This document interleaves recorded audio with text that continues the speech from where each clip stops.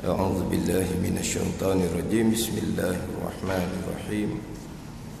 الحمد لله رب العالمين، والصلاة والسلام على سيد المرسلين وعلى آله وصحبه أجمعين. رب اشرح لي واحلل عقدة من لساني يفقه قولي.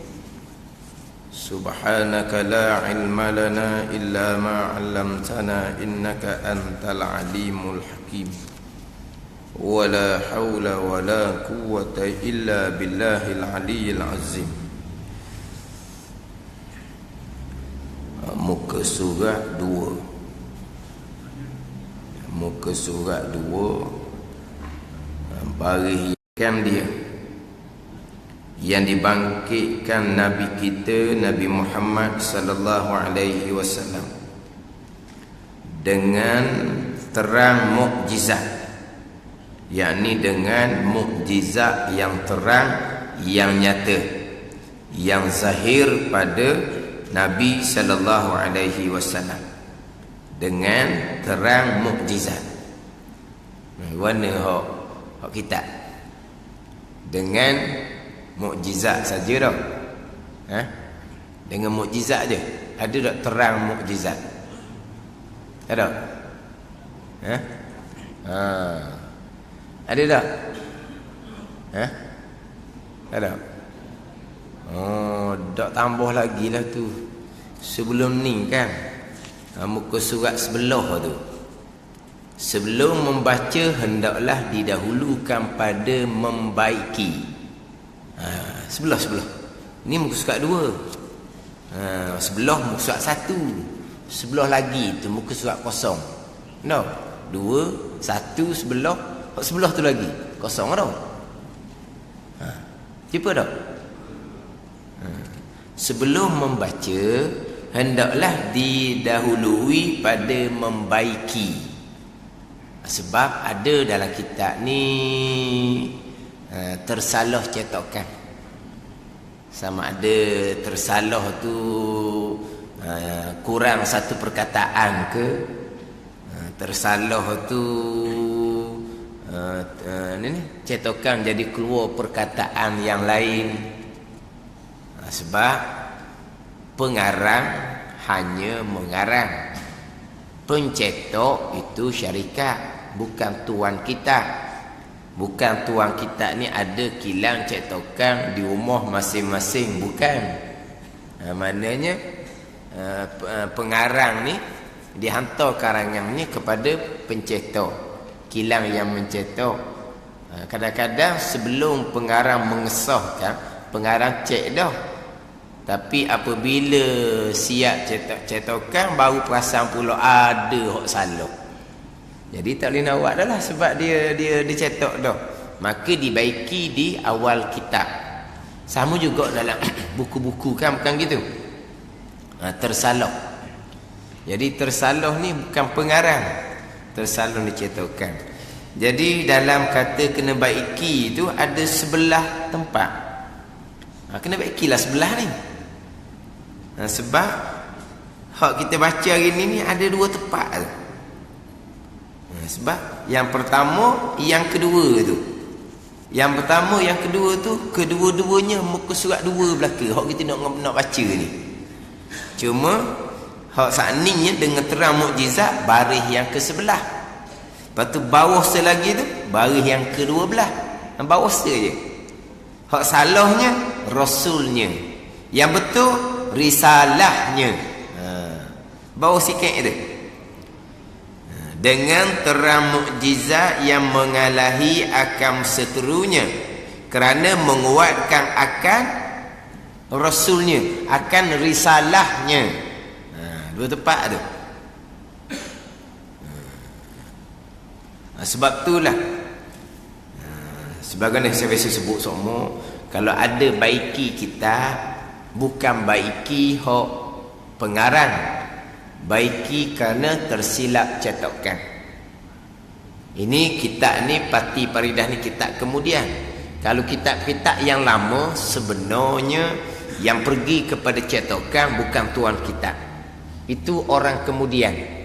Kadang-kadang sosok kitab ni asalnya tulisan tangan. Kemudian yang nak belajar tu pula tulisan tangan masing-masing pula orang nak belajar. Kita orang nak belajar ni waktu duit 2 3 4 riyal boleh kitab. Kalau masing-masing kena tulis tangan dulu baru belajar, kena kamu. Tulis tangan dulu, lepas tu belajar. Dulu gitulah. Kemudian anak murid lepas pengarang tuan kita meninggal, anak murid pula mengajar, pakai tulisan tangan lagi.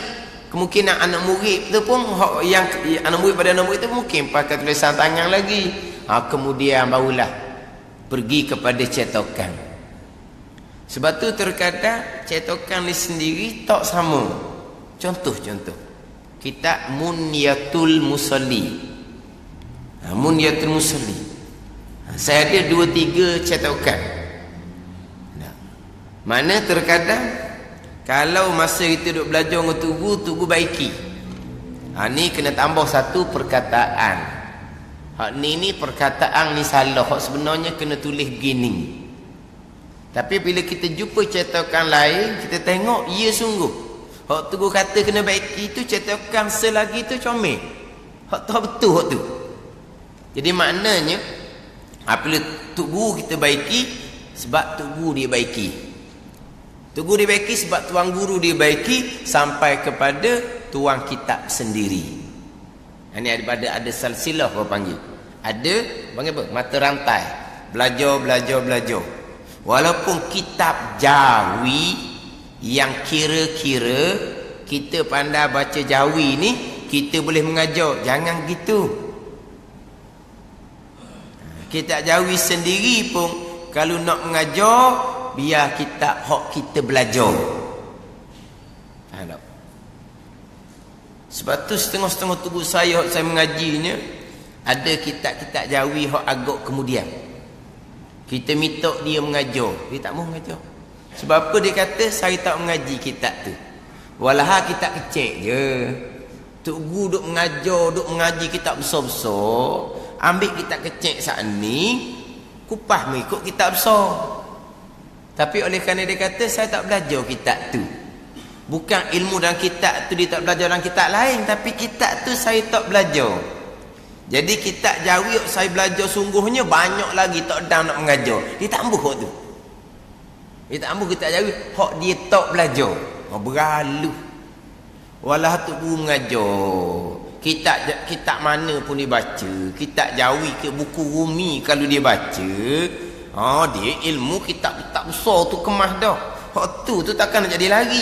Tapi oleh kerana dia tak belajar kitab tu, dia tak boleh mengajar. Ni. Siapa setara tu setengah-setengah tunggu cermaknya. Jangan kita ingat kita boleh baca Jawi, kita nak mengajar. Ni kadang-kadang baca semuka sekali baca. Kitab Jawi ni banyak kena baiki sebab salah cetakan. Kena banyak baiki, salah cetakan. Kalau belajar kita tahu, kalau belajar pondok tu akan baiki. Baca dia tak ayat-ayat susunan kitab ni yang disusun oleh pengarang ni kita tak ambil heran. Dia baca banyak kan dia berhenti. Dia pun hurah. Dia hurah strik. Ada taktik. Walah dia baca banyak tu 3-4 baris sekali baca tu ada di situ beberapa masalah. 2-3-4 masalah. Faham tak? Kemudian di penghurah dia tak kitab dah, dia ambil mafhum kitab di penghurah. Dalam 3-4 masalah tu kadang-kadang ditinggal 1-2 masalah. Sebab apa? Dia tak faham tu. Dia lakoh di huraian, dia baca dia tak tinggal. Ni taktik. Ada taktik. Tapi kalau kita mengajar kita ambil satu lepas tu hurah. Ambil satu lepas tu hurah. Kalau orang mengajar tu tak faham, nampaklah tidak nampak tu. Tapi kalau kita baca banyak berhenti, lepas tu hurah dia ambil dia baca saat ni lah. Tapi kalau payah dia lakoh, dia tak hurah, kita dah tahu. Tu taktik. Faham tak taktik? Ada orang baca gitu. Tapi kalau ngaji pondok dok, dia akan ambil satu, baca dulu banyak, lepas tu dia undur balik. Ambil satu dia ambil. Ini disiplin. Kalau kita berguru, kita baca kitab berguru, disiplin dia gitu, kaedah dia gitu. Kalau jenis baca kitab tanpa berguru, dia pakai baca banyak, huranya sikit je. Terkadang berat laginya, kitab kata begiang, dia hura begiang. Hak lakah satu hal, hak tak baca. Saya biasa dengar dia baca, ada satu masalah tu payah. Macam mana dia hura payah? Tak hura sekarang Terkadang kitab kata lain, hura tang lain. Tapi orang yang mengaji ni, dia tak tengok dah ke kitab, dia tengok kepada muka orang yang mengajar, dia tengok je. Jadi kalau lah kitab kata kok lain, orang mengajar hura kok lain, dia pun tak tahu.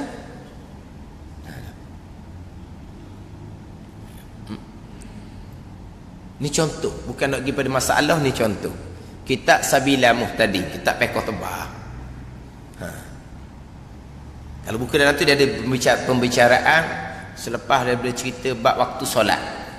Dia ada cerita berkaitan dengan apabila meninggalkan solat dengan sengaja, maka wajib bersegera qada. Dalam tu wajib bersegera qada. Apabila disebut kata wajib bersegera qada, maka wajib menggunakan sepenuh masa untuk qada solat, melainkan untuk perkara yang tidak dapat tidak. Maka tidak harus meninggalkan bersegera qada kerana perkara yang bukan yang tidak dapat tidak. Maka haram, di situ haram. Sesak kitabnya. Lepas tu dia pun hurah. Boleh juga nak buat amal sunat pun. Kitab tu kata 2 kali benar. Tidak harus. Yang kedua kata haram, di hurah kata tak apa. Tu huraian dia. Kitab terang-terang kata tidak harus. Tidak harus tu dia pun hurah lagi kitabnya, maka haram. Tapi di huraiannya boleh. Nak buat sunat retek pun boleh. Kita tinggallah qada tu sementara, kita buat sunat lah dulu. Kitab kata tidak harus, kemudian kita perjelaskan lagi haram, dia kata boleh. Tu huraian dia. Ni faham tak? Lepas orang mengaji boleh tak tengok kitab tu. Kalau tengok, orang pula kata boleh, kita kata ni haram. Contoh. Saya selalu sebut, kita majlis ilmu ni, majlis ilmu, orang yang mengajar, orang yang belajar, semuanya mahsyar belaka. Semuanya akan dibentang di mahsyar belaka. Sebab apa yang dibaca ni, selain daripada bekalan orang mengajar, bekalan orang yang belajar, bekalan kepada tuan kitab. Sebelum pergi pada bekalan tuan kitab, bekalan kepada orang mengajar tu ambil daripada guru mana? Ilmun yuntafa'u bih. Guru dia ambil dari guru mana? Guru dia ambil dari guru mana? Ni, itu ilmun yuntafa'u bih belaka tu. Bekalan yang tidak akan putus walaupun mati dah. Sapalah kepada tuan kitab. Ilmu yuntafa'u bih belaka itu. Ilmu yang dia ambil manfaat, yang mana orang yang mati dah ni dapat bekalan. Tuan kitab yang karang pula, dia ada guru dia. Guru dia ada guru dia. Guru dia ada guru dia sampai kepada tabi'in, sampai kepada sahabat radhiyallahu anhum. Ni. Tak? Ini mahsyar belaka ni. Apabila kita mengajar, kita pun hurah betul dengan kehendak kita, alhamdulillah. Kalau tak betul, awak hurah seumpama siapa guru awak yang awak faham, jadi awak hurah tu salah. Saya pakai baca sendiri je, maka akan didakwa semuka di padang mahsyar. Ini bab ilmu, kena cermat, kena bergalu. Ini bukan setakat sini, ini akhirat belaka.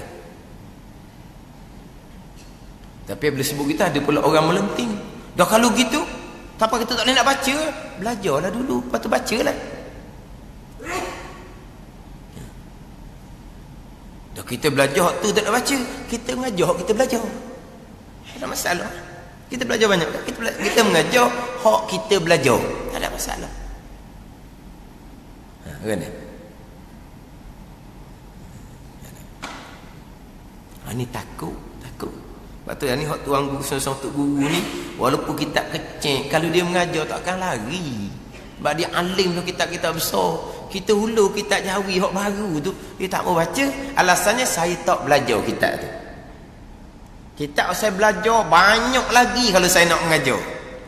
Dia tak ambil. Orang sekarang hulu je. Baca kosong kitab. Ni orang kelas ni, kelas lain lah. Orang yang bijak seolah lalu lah ni. Sebab terkadang salah pemahaman. Bila salah pemahaman, kalau contoh bab fiqh lah, kita faham kenapa timbul salah pemahaman tu. Sebab dalam kitab ada cerita masalah tu, tapi dia salah faham kok mana, dia tahu dulu dah. Itu kalau bab fiqh paling ditakuti adalah dalam bab pegangan. Itu hak paling takut sekali dalam bab pegangan. Sebab dalam bab pegangan ni, kalau kita buka dalam kitab Bidayatul Hidayah, kitab Tauhid Jawi, hak paling lama di pasaran, karangan Syekh Muhammad Zain, ulama Aceh, muka surat 6 kalau tak silap. Kalau buka kitab Aqidatun Najih, muka surat 12. Haram belajar ilmu usuluddin dengan guru yang tidak berguru. Ni. Dia tak berguru pun dia ajar betul. Kok mana kita nak nilai betul salah? Kita pergi jember-jember daripada kosong, kita ambil hak dia je. Dia kata A, kita faham A. Dia kata B, kita faham B. Hak dia ajar tu betul. Kita nak kata betul salah, kita nak ambil kat mana? Kita ambil situ je. Ini kadang-kadang dia tahu dah guru tu tak berguru. Memang dia tak belajar, tapi dia ajar tak salah. Tak tahu. Dan macam mana kita nak kata betul salah? Itu dalam kitab, itu kita tahu. Aqidatul Najih kita tahu. Surat 12. Haram belajar ilmu usuluddin dengan guru yang tidak berguru dan tidak mahir. Haram. Lepas tu pengarang pun sebut, pada masa dia sudah ada mereka yang mendakwa pandai ilmu usuluddin, mengajar ilmu usuluddin, menyebabkan jadi fitnah dalam bab ilmu usuluddin. Haram tu belajar, awal lagi haram. Ni kadang-kadang timbul yang kita, barang siapa berpegang akidah, barang siapa berpegang, panjanglah ayat dia nya, kita ambil kasarnya, barang siapa berpegang kainat ibekah, contohnya. Barang siapa berpegang makhluk ibekah. Ayat kitabnya tak gitu, ayat kitabnya panjang, kita ambil cari mafhum dia. Barang siapa berpegang makhluk ibekah dengan tabi'i, dengan semula jadi, maka pegangan ni kafir ijma' ulama. Kitabnya kata barang siapa berpegang. Lepas tu oleh kerana tak belajar, dia penghurau. Berpegang ni kepercayaan hati. Hak berpegang ni akidah, kepercayaan hati tu berpegang. Contohnya berpegang nasi mengenyangkan dengan sendiri, tapi berpegang air menghilangkan haus dengan sendiri, tapi berpegang pisah memutuskan dengan sendiri, tapi ijma' ulama, tapi tak ada khilaf di kalangan ulama usuluddin. Berpegang api menghanguskan sendiri dengan tabi'i semula jadi, tapi ijma' ulama pegangan ni. Berpegang obat menyembuhkan dengan sendiri, kafir ijma' ulama. Tak ada khilaf tu. Berpegang makhluk wibekah dengan sendiri. Nasi makhluk, air makhluk, pisah makhluk, api makhluk, obat makhluk wibekah dengan sendiri, kafir ijma' ulama. Berpegang. Pergi pada huraian. Hak pegangan ni duduk dalam. Nak tahu berpegang, tubik mulut. Kena molek makan hari ni, kena selera, bahan dua pinggang, kenyang kena dua pinggang hari ni. Apa? Lauk tu kena selera molek dengan kita, palut dengan kita. Bahan dua pinggang, kenyang. Dia pegang dah nasi mengenyangkan, kapir dia bubuk. Ada orang jauh sama di Terengganu kita ni. Yelah, dia bercakap makan dua pinggang, kenyang. Dia bercakap bukan latah. Faham tak? Dia bercakap dengan sengaja sengeleng. Maknanya dia bercakap makan lu pinggang kenyang ni mesti mari daripada lubuk hati. Pegangan dia tu kapir dia bubuh. Tak ada seumpama tu. Tajam molek pisau. Sekali serang saja putus lalu. Kapir dia bubuh. Api kuat sungguh. Capur dengan angin. Tak ada bomba nak mari. Licin rumah. Sebab apa? Api kuat capur dengan angin pula. Kapir dia bubuh. Sebab apa? Dia cakap api. Mana dia pegang tu? Kapir dia bubuh. Paling sensitifnya makan obat. Kalau sebut kata makan obat, telang obat sutih hilang penimpala siap. Dah kita kata barang siapa berpegang. Dah berpegang tu dalang. Dah bila dia cakap ni peganglah tu. Akhirnya dia mampu mengkafirkan orang yang bercakap nisbah hukum adi, hukum adat. Bercakap nisbah asbab zahir. Pegangan yang tidak seumpama tu makna dia mengkafirkan orang mukmin. Man kaffara mu'minan faqad kafar.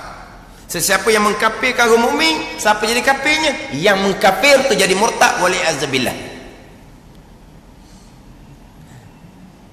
Itu dipanggil percakapan sandar kepada asbab zahir, bukan percakapan hakiki. Dipanggil percakapan isnad majazi, sandar sementara kepada asbab zahir. Asbab zahir nasi dua pinggan ni lah yang jadi kenyang. Asbab zahir air ni lah yang jadi hilang dahaga. Asbab zahir pisah api obat lah. Dia pun sandar pada asbab zahir. Itu tidak membabitkan pegangan. Itu panggil percakapan adat.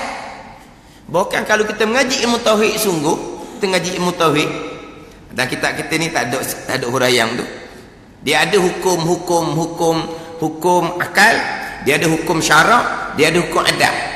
Biasa dah. Hukum akal, hukum syarak, hukum adat. Faham? Hukum akal ada wajib akal, mustahil akal, harus akal. Hukum syarak ni hukum 5 tu lah, hukum taklifi 5 tu. Wajib, sunat, harus, makruh, haram tu hukum syarak. Hukum adat pula ada wajib adat, ada mustahil adat, ada harus adat. Di 3 macam hukum akal.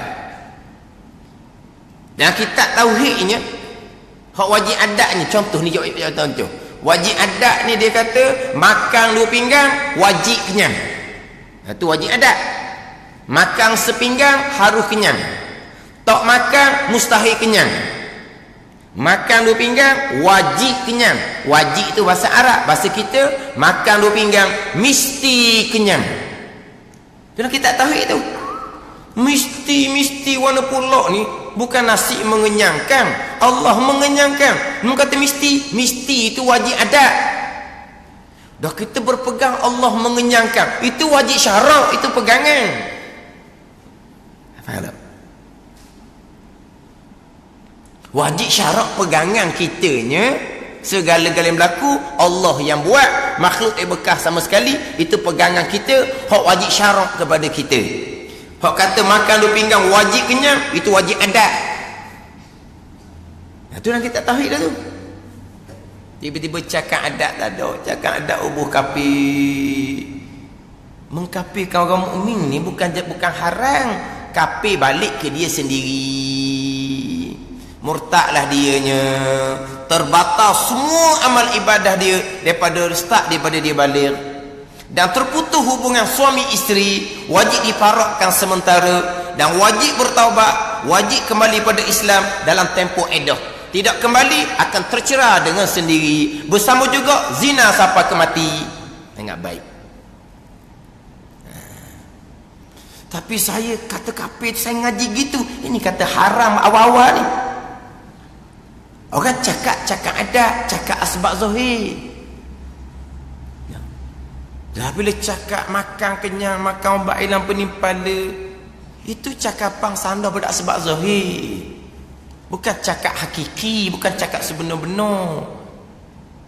Qorinohnya, qorinoh. Tandaan. Apabila kata cakap makan nasi kenyang, makan obat hilang penimpala contohnya, itu bukan cakap hakiki, itu cakap adat je. Qorinoh. Kita orang Islam yang mentauhidkan Allah kan. pastilah pegangan kitanya keesaan Allah pada perbuatan. Hak berlaku tu Tuhan buat belaka. Kita orang Islam yang beriman kan. Kalau cakap nasi pun cakap ada, kalau cakap obat pun cakap ada. Tapi kalau orang kafir cakap, tu memang dia cakap tu hakiki dah. Sebab dia memang orang kafir. Dan kita orang Islam yang beriman kan. Kita mengesakan Allah pada perbuatan kan. Mana kalau cakap nasi pun sah cakap ada, sebab kita orang beriman, pegang itu tetap dah. Saya pernah tanya dengan tuan-tuan saya bab percakapan adab. Ada tempat kita ni mengkapir kau cakap adab, ngelimpas lah mereka. Pelik siapa kata duk cakap hakiki, cakap majazi ni, pelik mereka ni. Sebab orang ngaji tauhid yang berguru sungguh, dia faham mana hukum syarak, maka mana hukum adab. Mana pegangan hak pegangan, mana hak percakapan adab, mana percakapan sandar kepada asbab zahir sahaja.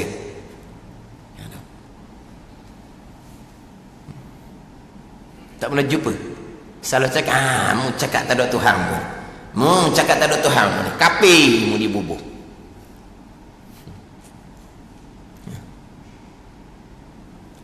Saya pernah. Kebetulan.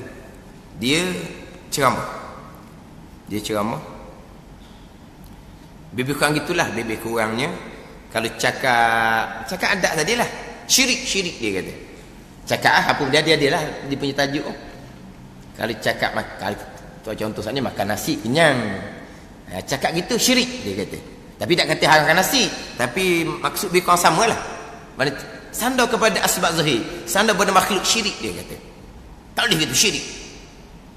Lepas isyak orang jamu roti canai. Hak ni hak berlaku sendiri. Orang jamu roti canai. Dia mari surah ni, mari masjid, belajar boleh, makan boleh.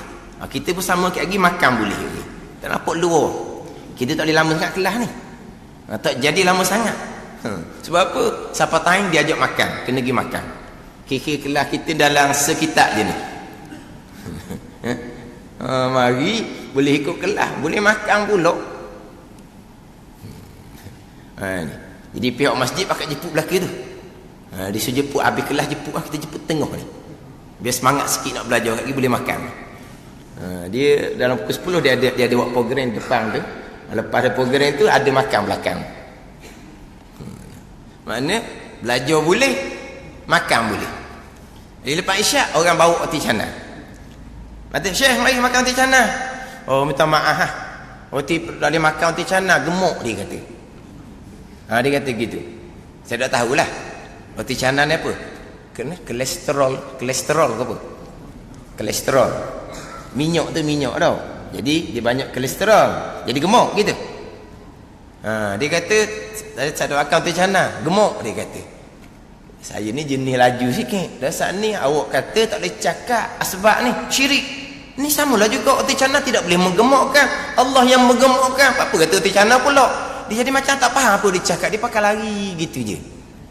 Dia cakap ni macam apa? Macam burung apa tu orang ajar cakap. Dia tak tahu pun apa dia cakap. Saat ni dia kata tak boleh sandar kepada asbab zahir. Syirik.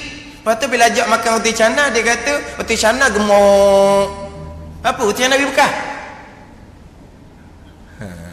Dia macam tak faham ni pelari je. Ada satu kelas tu pula sandar kepada obat. Itu saya dengar sendiri juga tu. Obat. Tak boleh lah cakap obat ni syirik.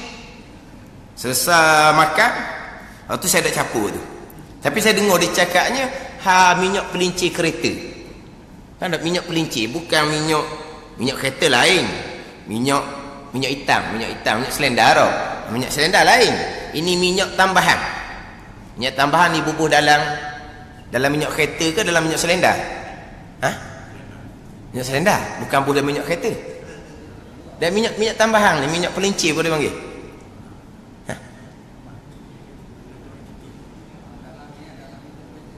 Dalam petrol. Ada petrol ada. Tahu nak petrol ada. Dia cakap minyak pelincir. Dia kata bubuh minyak tu kereta pickup. Kereta tak sedu. Saat ni masa ngajar cakap makan obat jadi baik tak boleh. Syirik. Tapi Lepas tu minyak pelincir. Cuma itu obat orang, ni obat kereta, apa beza? Adakah minyak pelincir boleh beri bekah? Adakah minyak pelincir itu menyebabkan kereta jadi pickup tak sedu? Minyak pelincir tak beri bekah. Macam obat juga tak beri bekah. Jadi sehat kita hilang pelik-pelik Allah buat. Ya, jadi kereta sedap Allah buat, bukan minyak pelincir. Tapi kalau cakap obat jadi baik tak boleh, cakap minyak pelincir boleh pula. Ni apa panggil apa ni? Pening orang panggil. Pening. Benda yang sama je. Hakikinya obat pun tak beri bekah, minyak pelincir pun tak beri bekah. Kita cakap makan obat jadi baik, cakap adat. Kita cakap minyak pelincir jadi sedap kereta, cakap adat. Pegang kitanya, yang jadi sehat Allah yang buat, yang jadi sedap kereta Allah yang buat. Makhluk tak beri bekah sama sekali. Itu hakiki pegangan kita. Tapi nak ceritanya, cakap makan obat tak boleh, cakap bab minyak pelincir kereta laju pula, tak ada Allah pula situ. Ni ulama mengharamkan belajar ilmu tauhid dengan guru yang tidak berguru ni. Sebab peringkat berat tak berat mengkafirkan orang. Dia sebab jadi kafir 3 perkara. Percakapan, perbuatan, pegangan. Faham tak? Biasa dengar kan? Asbabur riddah dipanggil. Sebab menyebabkan jadi batal agama 3 perkara. Percakapan, perbuatan, pegangan. Antara 3 ni kita kata hak paling banyak jadi kafirnya kerana percakapan, tak jaga lidah. Hak paling banyak sekali. Maka dalam kitab-kitabnya wak misal kafir dengan percakapan, misal yang pertamanya mengkafirkan orang mukmin. Ni misal pertama. Dia mengkafirkan, contoh di sininya orang cakap adat, dia kata kafir sebab tak ada Tuhan, mu kata nasi, mu kata air, pisah lah, api lah, angin kuat, terbang habis, benda-benda ringan. Mu angin dah, angin tak boleh bekah, yang terbang benda ringan tu Allah yang buat, makhluk tak boleh bekah. Mu cakap angin, mu tak ada Tuhan, mu kafir mu ni. Ada orang mengaji tauhid faham seumpama tu, punah dia ni. Bukan punah setakat kata haram, menyebabkan jadi murtad dianya. Dan kesalahan dia, kesalahan dengan manusia. Dia kena bertaubat kembali, kena asyhadu kembali, dan dia kena minta maaf dengan orang yang dikafirkan. Ya, baik. Mana?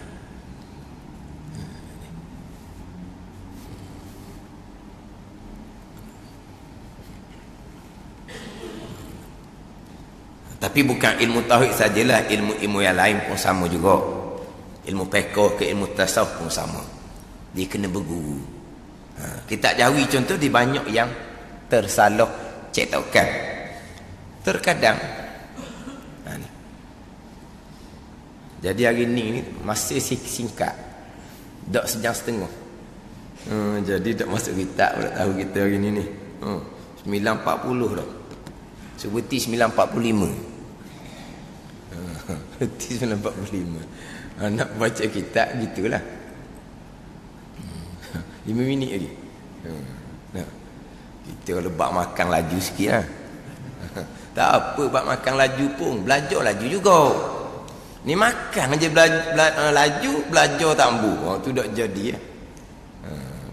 Makan laju, belajar pun laju.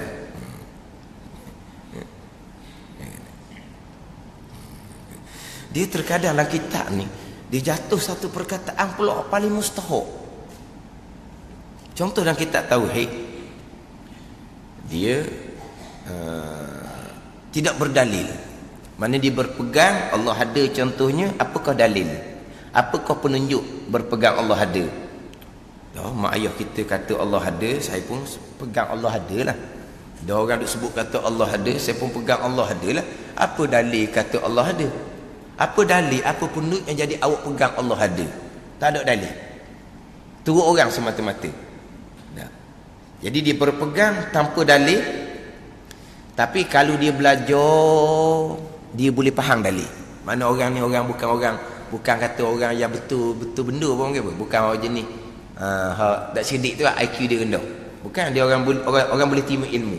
Tiba-tiba dia tak belajar, menyebabkan dia hanya berpegang Allah ada sampai ke jahil bab dalil. Maka berdosa dia. Maka berdosa. Pegangannya sah sebab dia pegang Allah ada tu betul. Dia pegang Allah kuasa tu betul hak pegangan tu. Tapi apa dalil awak pegang Allah ada? Apa dalil awak pegang Allah kuasa? Pakai turut orang je. Apa panggil apa ni? Tidak berdalil. Tapi kalau dia belajar, dia pandai tak dalil. Kalau dia belajar, dia pandai. Bawa nak dalil makhluk, payah apa. Tapi dia tak belajar. Maka pegangan dia sah, berdosa. Tetapi jikalau orang ni kalau belajar pun tak pandai dia jenis turut orang gitu, kurang cerdik. Memang kira benok apa panggil? Kebenok lain. Kurang cerdik lah. Kurang cerdik. Mana jenis betul gitu. Kalau sebut kata pegang Allah ada. Saya pegang Allah ada. Dalilnya ada langit ada bumi. Tambah pula gitu, saya tak pandai. Pegang kata langit bumi tu dalil. Dia tak reti-reti juga. Dia kan nak belajar, dia tak reti. Dia setakat retinya pegang Allah ada je. Orang mana ni? Orang yang maknanya tak boleh nak terima pelajaran misalnya, tak cerdik. Dan kita kata maka berdosa. Dosa juga. Ada orang telefon saya tepat ni. Situ bukan berdosa, maka tidak berdosa. Tidak tu jatuh. Hak saya mengajinya tu gua tambah tidak di situ. Dan saya mengajar kitab Bidayatul Hidayah. Muka surat awal-awal lagi, muka 23, muka 2, muka 3 depan je. Maka tidak berdosa. Dalam cetakan tak ada tidak. Maka berdosa juga. Hak mula-mula tu dia tidak berdalil kerana dia tak belajar. Walau kalau belajar dia pandai dalil. Tapi malah belajar. Jahil bak dalil. Dosalah dianya. Hak yang kedua ni dia memang tak cerdik. Memang dia belajar dah. Pegang Allah ada, dalil ada makhluk, ada langit bumi. Pegang Allah kuasa, dalil ada langit ada bumi. Dia pergi pada dalil ni dia bengong dah. Tak nak ikut dah. Dia setakat boleh pegang Allah ada, Allah kuasa. Allah ada, Allah kuasa. Dah awak pegang Allah ada, Allah kuasa tu mana dalil? Saya pakai awak sudah lah. Dia kata. Dia tak nak pergi dah dalil ni, dia tak nak terima ilmu. Dan kita kata maka berdosa, maka tidak berdosa. Jauh lagi kan. Itu contoh. Itu kita tahu, kita pekoh pun ada. Maka batal. Padahal bukan batal. Maka tidak batal, jatuh tidak suci. Ada nak kata mana? Maka batal dengan maka tidak batal. Timur dengan barat. Dia jenak beza tu kan. Maka batal sebenarnya bukan maka batal, maka tidak batal. Tapi perkataan tidak tu jatuh di situ. Kalau mengaji tu kata tambah tidak, maka tidak batal. Itu contoh pekok. Ini kita jawi. Terkadang yang tak ada bukan satu perkataan. Terkadang yang tak ada tu satu baris. Satu baris. Contoh dalam kitab Jawi yang biasa orang bacanya kitab Wisyahul Afrah. Ada satu tempat dia tak ada satu baris. Waktu saya mengaji ada 2 cetakan saya pakai. Jadi cetakan satu lagi tu comel. Baris tu ada. Tapi cetakan saya pakai masa ngaji tu buku tu cukup tambah satu baris. Tengok cetakan satu lagi tu memang ada. Maka tambah satu baris tak ada. Bukan satu perkataan. Cuma sekali tu saya kena kitab Mat'im Badri. Mengajar kitab Mat'im Badri. Baca kitab. Abang apa ni? Tak jumpa masalah. Tak faham masalah. Baca tak faham masalah. Dia kadang-kadang untuk guru mengajar ni dia pakai kitab lain. Kadang-kadang dia pakai kitab sama macam kita. Jadi hak dia baiki, dia royak kita suruh baiki. Tak apalah kita baikilah. Kadang-kadang dia pakai cetakan lain. Kita pakai cetakan lain. Kadang-kadang dia baca hak dia molek. Hak kita tak ada, kita tak perasan. Bapa tunggu tak betul sebab dia pakai cetakan hak asal. Kita pakai cetakan hak baru. Jadi dia tidak tahu kita tak ada. Hak biasa tunggu baiki ni, dia pakai cetakan tu, kita pakai cetakan tu, dia baiki, dia suruh kita baiki. Itu senang. Tapi kadang-kadang tunggu dia pakai cetakan lain hak comel. Jadi apabila hak kita tak ada ni, dia tak tahu. Jadi baca-baca Mat'im tu tak jumpa masalah. Adalah seorang. Dia kata ustaz baca tu lakoh tu dia kata. Kata tak ada lakoh-lakoh ni kata. Tak ada lakoh. Lakoh satu bagi. Lakoh tu dia kata. Dia pun baca. Tak ada orang saya. Tengok cetakan ni cetakan lama. Matlain cetakan lama. Hak saya pakai, hak orang lain pakai cetakan hak kemudian sedikit. Jadi hak saya tak ada satu bagi. Hak dia hak lama ada satu bagi. Jadi masa baca tu memang tak nak pergi. Memang tak jumpa masalah. Dan macam nak jumpa masalah satu baris tak ada. Bukan satu perkataan. Itu contoh. Faham tak? Ini kitab Jawi. Kita ingat ke boleh baca Jawi kita nak gomo? Jangan. Ni kadang-kadang baca dia pergi pada masalah pelik-pelik. Kitab kata lain, dia faham kok lain. Sebab apa? Sebab membaca sendiri. Dia nak selamat baca kitab ni. Kalau kita katalah tak ada tersilap cetakan, kena mengaji kitab Arab. Kalau kitab Arab ni boleh dikatakan tak jumpalah. Kalau jumpa pun payah nak jumpalah. Ada makhluk belaka ni lemah. Maknanya payah nak jumpa hak tersilap cetakan, walaupun ada lah. Tapi kalau kitab Jawi memang banyak. Hak ni dia kata kena baiki balik ni sebelah tempat. Dalam ni ada lagi lebih dari sebelah tempat. Tapi hak dibaiki ni sebelah tempat. Sebelah tempat dia suruh baiki. Jadi faham tak? Kalau kata baiki, bukan baiki hak pengarang. Hak nyatanya kitab yang kedua tu, kitab Hidayatus Salikin tu. Kitab Hidayatus Salikin ni ada orang pakai hak nipis, ada orang pakai hak tebal. Antara dua ni ada betul hak nipis, ada betul hak tebal. Ada betul hak tebal, ada salah hak nipis. Dia dua ni. Dia kadang-kadang nak kena tengok tengok ni. Kadang-kadang masa saya belajar, saya pakai hak nipis. Tak pakai tebal. Cikgu kata kena baiki. Saya baiki lah. Tengok hak tebal, comel mulai ada tepat tu. Tapi kadang-kadang hak nipis comel, tengok hak tebal tak ada. Tak cukup hak tebal ni, pula ni dua ni. Ni nyata. Sebab nipis cetakan lain, hak tebal cetakan lain. Hidayatus Salikin kita ni. Hak kitab yang kedua tu. Maknanya nyata teranglah bahawa hak salahnya salah cetakan, bukan pengarang yang salah. Sebab ada orang di kitab dia kosong, dia tak belajar, maka dia tidak ada baiki-baiki. Tapi pandai pula dia menari. Dia kata, sebab saya pernah satu kelas, saya kata kena tambah sikit ni, kena baiki. Kitab ni ada tersilap. Dia pun ustaz, saya mengaji dengan guru saya dulu, dia marah baiki kitab orang. Pandai nak baiki kitab orang. Nak pandai karang kitab sendiri lah kalau pandai sangat. Nak baiki kata kurang lah, kata lebih lah, kena ubah lah. Pandai dia kitab orang. Nak pandai-pandai. Dah pandai sangat bagi kitab diri. Dia tu guru dia kata gitu. Guru nak baiki macam mana sebab kitab dia kosong, dia tak berguru. Tapi pandai pula dia menari. Jangan baiki kitab orang. Kita baiki bukan baiki hak pengarang, kita baiki hak cetakan. Baiki hak cetakan. Tapi dia menarinya jangan baiki hak orang. Sebab apa? Sebab dia kosong, nak baiki kok mana? Sebab tidak berguru. Kena berguru. Kalau kitab Jawi ni dia nak sampai ke tuan kitab tu tak banyak lapis. 2-3 lapis sampai tuan kitab. Kalau kitab 100 tahun 200 tahun, mungkin 5-6 lapis 2 lapis sampai ke tuan kitab. Abang apa? Biar ada sanad, biar ada silsilah.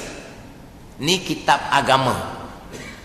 Sebab terkadang kitab ni sendiri, kita kalau membaca sendiri kita tak faham kehendak kitab, kehendak pengarang. Jadi apabila kita tak belajar, kita akan hurah mengikut pemahaman kita, tak tepat dengan kehendak tuan kitab. Ini punahkan. Ini punahkan. Pertama sekali beringatlah dalam ilmu tauhid. Dalam ilmu tauhid, nak belajar ilmu tauhid, pastikan yang mengajar tu belajar, dia ada guru dan dia mahir ilmu tauhid, ilmu usuluddin. Sebab usuluddin ni tapak agama. Jeng sini ada. Saya dengar satu ceramah ni bab usuluddin. Dia kata bagus ceramah dia. Sembahyang walaupun 1000 tahun, berjihad walaupun 1000 tahun, dah mati dalam jihad, tiba-tiba pegangannya salah, maka Allah Ta'ala tolak mentah dia cakap kata pandai. Allah Ta'ala tolak mentah walaupun semayang 1000 tahun sekalipun, kalau akidahnya salah. Jadi akidah ni usuluddin, tapak agama. Hak ni kena ngaji molek. Kena cari guru yang berguru dan mahir dalam bab usuluddin. Sebab usuluddin, tapak agama, tauhid, satu sahaja jalan. Mula daripada Nabi Adam AS sampai ke Nabi SAW, sampai kiamat, akidah yang satu. Yang berubahnya syariat. Semayang Nabi ni lain, semayang Nabi ni lain, puasa Nabi lain, puasa Nabi ni lain, wuduk Nabi lain, Nabi ni lain, wuduk Nabi ni lain pula. Tapi kalau akidah usuluddin, satu sampai kiamat. Tapi kalau cendeng sini, salah sini, walaupun semayang tu 1000 tahun sekalipun, Allah Ta'ala akan tolak mentah. Jadi nak pastikan tauhid usuluddin ni betul, kena belajar molek. Kita belajar molek dah, kena cari guru yang berguru dan guru yang mahir. Ilmu fiqh, ilmu tasawuf pun sama jugalah. Tapi yang paling besar sekalinya adalah ilmu usuluddin, ilmu tauhid.